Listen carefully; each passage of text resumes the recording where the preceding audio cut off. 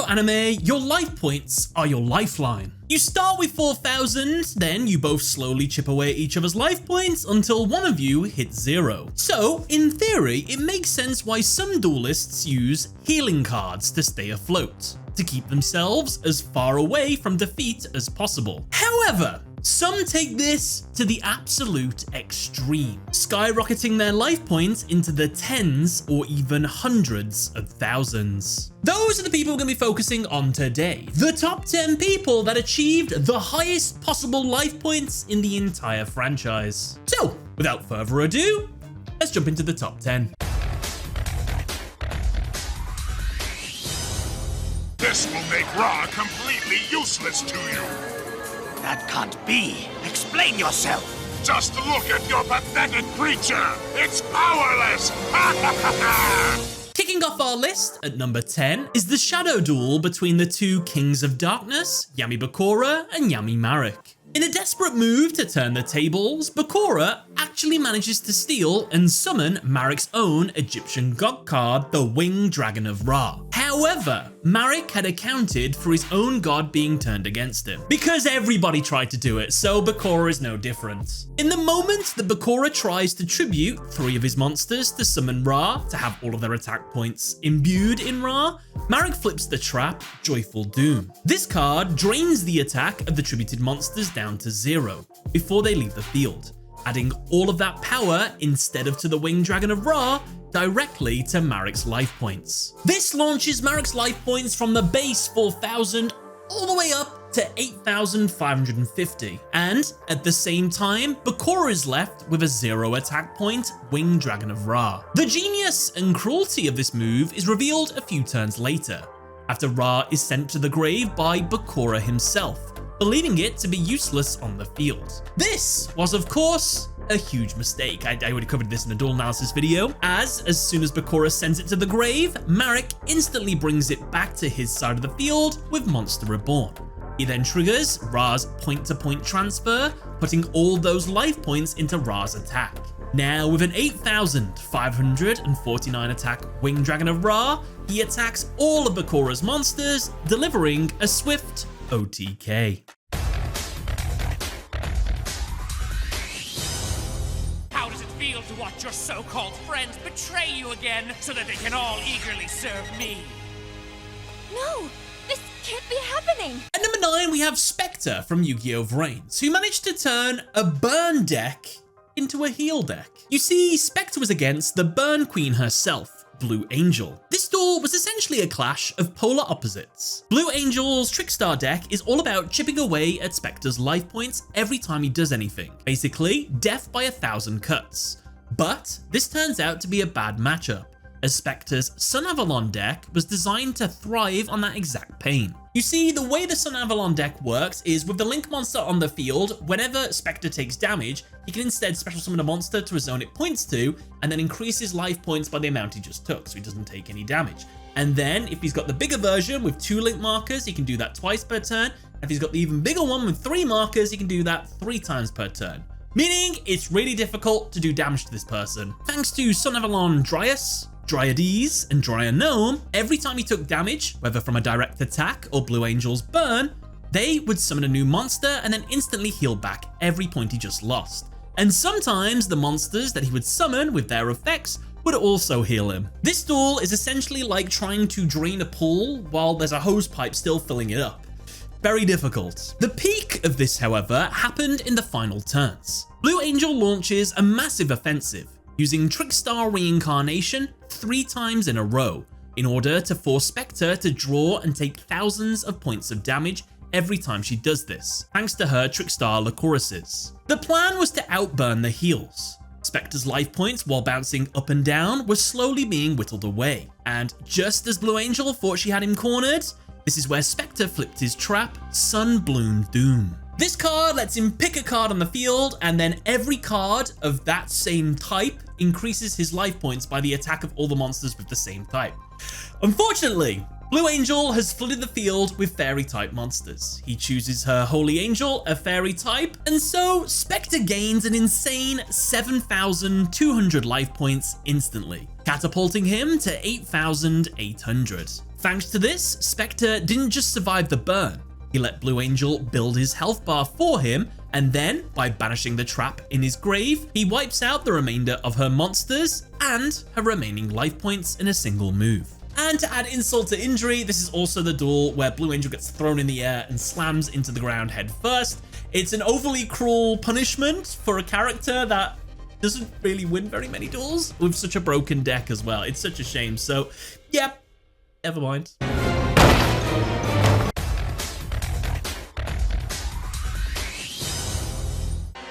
Like, really? Look at her life points. They're over 10,000! For the number 8 spot, we are looking at the tag duel from Yu-Gi-Oh! Arc 5, where the Tyler sisters, Grace and Gloria, with their Amazoness deck, turn the protagonist's own summoning mechanics against them. There's a lesson somewhere in this duel that highlights that you should probably read all the cards on your opponent's side of the field before you start spamming monsters to the field. You see, during their tag duel against Yugioh and Shay, Grace and Gloria established a life point tax with the card Amazoness Hall. This continuous trap meant that every time Yugioh or Shay special summoned a monster, the sisters would gain life points equal to their monster's attack. Between Shay swarming the field with Raid Raptors and Yuma swarming the field with his Pendulum Summons, the sisters constantly healed over the course of the duel just by watching their opponent play the game. But they didn't just rely on a life point tax for summoning. They also had their Amazoness Hot Spring. After taking a big hit from Shay's Rise Falcon, by triggering this card, it allowed them to recover all the battle damage they just took, resetting their life points back to 5,900. And real quick, let's just take a moment to appreciate the original artwork of Amazoness Hot Spring. Very good. Their climb didn't stop there though. As the boys continued to rank up and pendulum summon, the sisters' life points kept ticking up, with Yugioh finally bringing out his Dark Rebellion Xyz Dragon. Its 2,500 attack pushed the sisters into the 5-digit territory, landing them at a massive 10,100 life points. However, unfortunately, even with all this life, you would think there would be an iron wall of defense. Unfortunately, they crumbled in a single move. Yugioh used Miracle Rocket Show to prevent the sisters' monsters from being destroyed. He then stored all the potential battle damage. At the end of the turn, he released it all as one giant effect damage nuke, proving that no matter how much health you have, it only takes one well-timed trick to bring it all crashing down to 0. Amazing!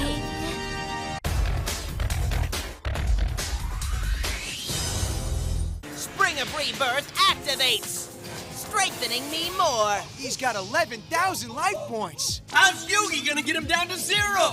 At the number 7 spot, we have the final boss of the Virtual World arc, Noah Kaiba versus Seto Kaiba and Yami Yugi. Noah played a lot of cards that restored his life points. The reason why is actually kind of tragic. Noah was essentially dead, basically, so he plays a deck that's always trying to bring him back to life, trying to heal him as much as possible. Kind of a shame, even though he's trying to take the bodies of other people. Case in point, his deck master, Shinato's Arc, had the special ability to farm health throughout the entire duel, as this deck master allowed every time his monsters went to the grave, they would be stored inside of it. Then, at any time, he could empty the Arc to gain 500 life points for every monster inside. At one point in the duel, he banishes 12 monsters at once, jumping from a critical 400 life points to a comfortable 6,400. Yet again, later in the duel, he emptied the Arc again, pushing his total up to 7,400. Finally, once he transformed his deckmaster into its upgraded form, Shinato King of a Higher Plane, its effect changed to now every time Yugi's life points are decreased, his life points increase. Thanks to this, he was able to drain Yugi's life points to the point that he climbed up to 8,100. But the real salt in the wound came during the final stages of the duel. Noah summoned the spirit monster Yamata Dragon, and then launched an attack. Even though Yugi managed to survive by using Nutrient Z to boost his own health, the damage he took only fueled Noah further. Noah would also use Sebek's Blessing, gaining life points equal to the damage Yugi just suffered, catapulting him to a 10,500 life points, with the final bit of life points coming when Yamata Dragon, which is a spirit monster, returns itself back to Noah's hand at the end of the turn, Spring of Rebirth, which increases life points by 500 every time a monster returns to their hand, gives him a final 500 life points for a massive total of 11,000 life points. In an era where 4,000 life points was the base level, Noah established absolutely insane levels of life points. But was it enough to keep him in the duel? No. Even with all these life points, it's Yugi we're talking about here. He wins the duel in a single turn with a back-to-back-to-back-to-back attack from Kaiba's Blue Eyes Ultimate Dragon, and then with all 3 Blue Eyes White Dragons thanks to defusion, dealing over 13,000 damage and instantly winning the duel. Infinite Aura has registered 80 counters during this duel. Therefore, I gain 8,000 more life points. Coming in at number 6, we have the leader of the 3 nobles, Jacob. During a 3v3 duel, Jacob shows Jack Atlas exactly why the Meklords were built to hunt synchro monsters. The turn starts with Jacob destroying his own Grand Core to bring out the massive Meklord Emperor Grenell. Grenell's gimmick is its attack and defense are always equal to its controller's life points, meaning right out the gate with 4,000, it's already a threat. But Jacob was just getting warmed up.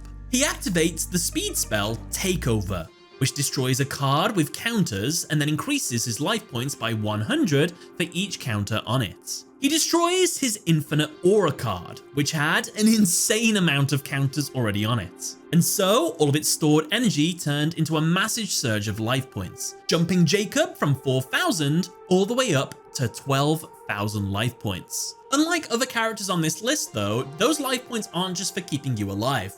Now, his monster gets stronger. Thanks to Grenell's ability, its attack also hits 12,000 attack.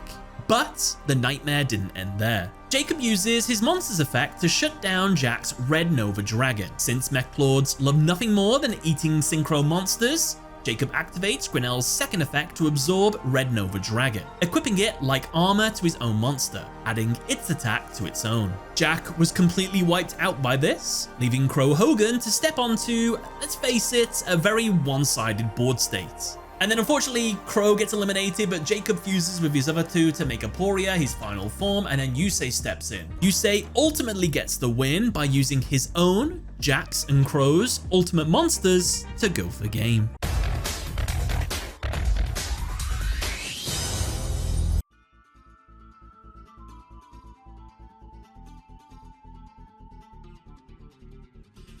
Dropping into the number 5 spot, we're actually going to jump to the spin-off Yu-Gi-Oh series, Go Rush. Here we find a duel where the protagonist, Udius, had to give his opponent a massive health boost just to stay in the game. Quaidel is a master of the Prime archetype. During the duel, he manages to fusion summon his ultimate boss monster, Transam Prime Full Armor Nova. This card is a total powerhouse, gaining 300 attack for every different monster type in both players' graveyards. With the graves already stacked, this Titan hits the field with a terrifying 9,000 attack points. Quaidel attempts to swing for the win, declaring a direct attack that would have ended the duel right here. However, Udius flips a desperate trap, Ambiguous Journey Show. This card saves Udius by letting him take control of the attacking monster, but there's a heavy price. To steal the monster, Udius is forced to increase Quaidel's life points by the monster's attack. In an instant, Quaidel goes from 3,100 life points to 12,100.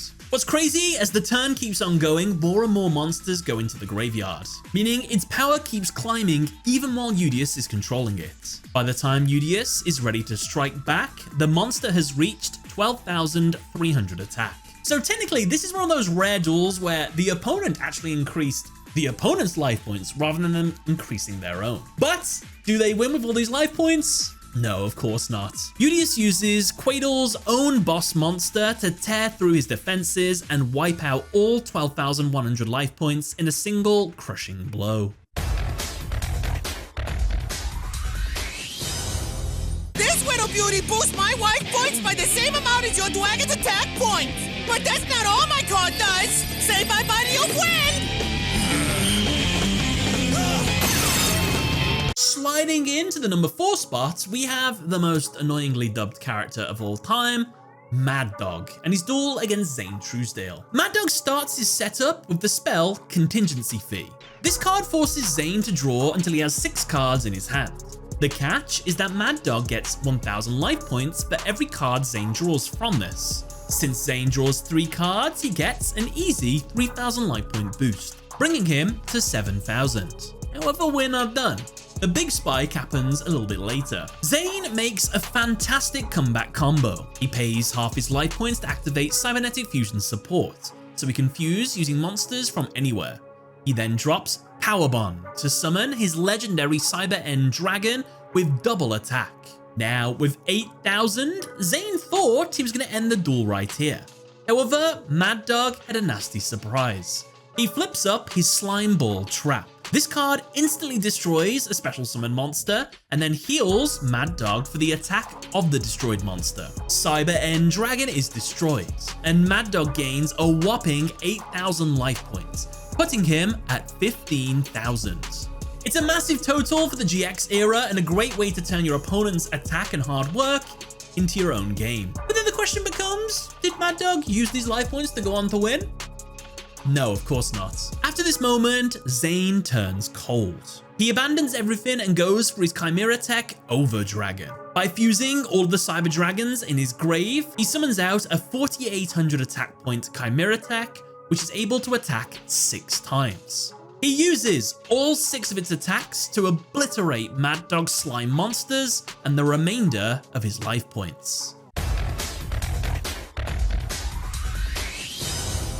Your move, Dartz. And you know what that means. I automatically get another 1500 life points. Yes, I know. Right, it's time for the big 3. With the bronze, we have Dartz, who, I just want to point out, originally held the title of most life points ever for 7 years, until it was broken by the person we're going to talk about at the number 2 spot, but very impressive. He held that record for a long time. So how did he achieve 20,000 life points? Well, Dartz uses his upgraded Orichalcos field spell, Orichalcos Deuteros. This allows him to gain 500 life points every turn for each monster he controls. He used this ability on every one of his turns, and since he typically had 6 monsters on the field, since with the Orichalcos field spell you can summon into the spell and trap zones monsters, so he was at his Qutora, and then I think he had all the knights on the field to protect them. With this, he gained a lot of life points every turn. His life points would keep growing every turn until he eventually hit 20,000. Note as well, Dartz was incapable of being damaged in this duel as well, thanks to one of his monsters, Orichalcos Qutora, which converted any damage that Dartz would take into potential damage for the monster it summoned out, which was Orichalcos Shuneros. Now, if you wondered what happened to those 20,000 life points, well, it was basically Dartz that got rid of them all. This is because when Orichalcos Shuneros is destroyed while its attack is 0, Dartz can pay 10,000 life points, discard his entire hand, to special summon the Divine Serpent Geh from his deck. But it doesn't end there. When Divine Serpent Geh hits the field, it makes Dart's life points drop to 0, and you'd think, oh no, he's going to lose the duel. No, as long as Geh remains on the field, Dartz is incapable of losing the duel. So is Geh a strong monster? Yes, it has infinite attack points. But then you gotta ask, how did Yugioh manage to get over this? Well, he made his own infinite attack monster. He uses all 3 of his legendary knights' abilities, making them attack each other to create an infinite loop that boosts their attack with each attack that they do. He then merges all 3 into Timaeus the Knight of Destiny, which absorbs the attack of those monsters, making it infinite attack points. Yugioh orders Timaeus to attack Geh. 2 infinite attack monsters destroy each other.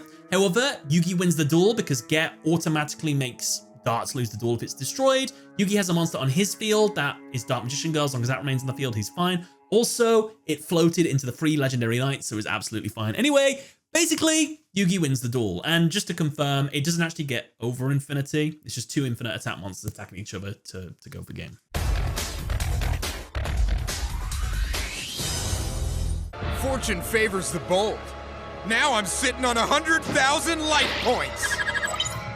This is crazy. Coming in at number 2, we have a duel where life points didn't just go up, they got multiplied. If you thought Joey Wheeler was lucky, then you haven't seen Charlie McKay in action. Charlie's strategy revolved around his continuous spell, Take a Chance. This card is the definition of high risk, high reward. Basically, it lets him roll a 6-sided die every turn. If it lands on 6, his life points are multiplied by 5. However, if he rolls anything else, he loses all the points he gained from this card, he gets locked out of using it again, and then takes 1000 burn damage every single turn. Most duelists would not touch those odds. However, Charlie has luck on his side.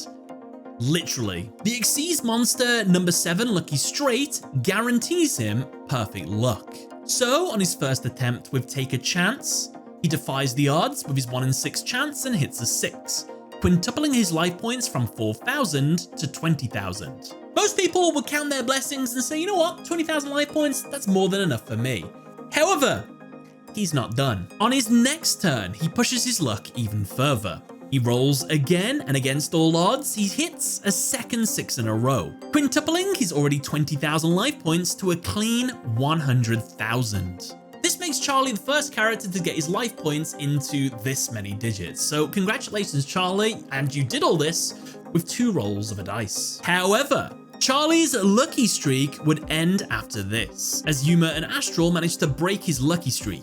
Charlie, still believing in his own luck, attempts his Take a Chance one final time. If the roll is successful, he will net himself 500,000 life points. However, unfortunately, the dice roll failed. Charlie's life points are set back to square one, and ultimately just gives up the duel from this point onward. Yuma goes on to defeat him in a single attack with his number C39, Utopia Ray. I also gain life points equal to Utopia's attack points. I didn't know that life points could go that high. And finally, at the number 1 spot, only just beating Charlie McKay just a couple episodes later for the highest ever life points, is the final villain of the Yu-Gi-Oh! Zexal series, Don Thousand. And he only beat him by 2,900 life points. So close. Don Thousand managed to achieve a whopping 102,900 life points in his duel against Yuma and Nash. Now let's be open about this. This duel is full to the brim of characters bringing out ridiculously powerful monsters. 100k plus monsters here, there, and everywhere. So 100k plus life points is not that ridiculous. The way Don Thousand did this was when his life points were at a mere 900, Yuma starts by using the effect of number 100 Numeron Dragon to buff Utopia. Thanks to its effect, every Xyz rank on the field adds 1,000 attack points to Utopia's power. This allows it to skyrocket from 2,500 to a massive 25,500. But Yuma isn't finished here. He triggers the effect of Abyss Splash, detaching its remaining materials to double the attack of a monster twice. In a matter of seconds, Utopia hits a staggering 102,000 attack. This looks like the end for Don Thousand, but he was prepared.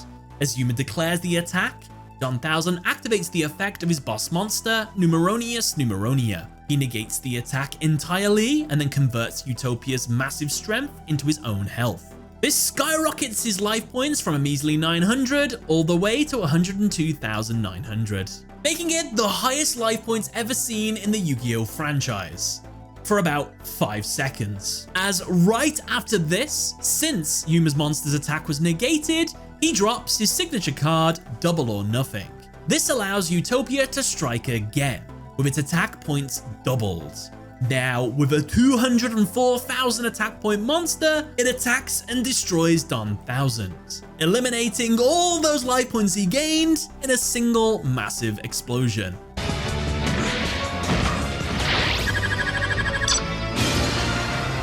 If there's one thing I want you to take away from this video, is that having loads of life points doesn't mean that you're gonna win a duel, since nearly all of these duelists, despite massive life points, lost. The reason why? Life points don't win duels. Attacking does. Sometimes a good offense is a much better defense. But with that, that's the top 10 highest life points achieved in the anime. Check out one of these videos if you fancy. Don't forget to subscribe to see more content like this. But other than that, thank you all for watching.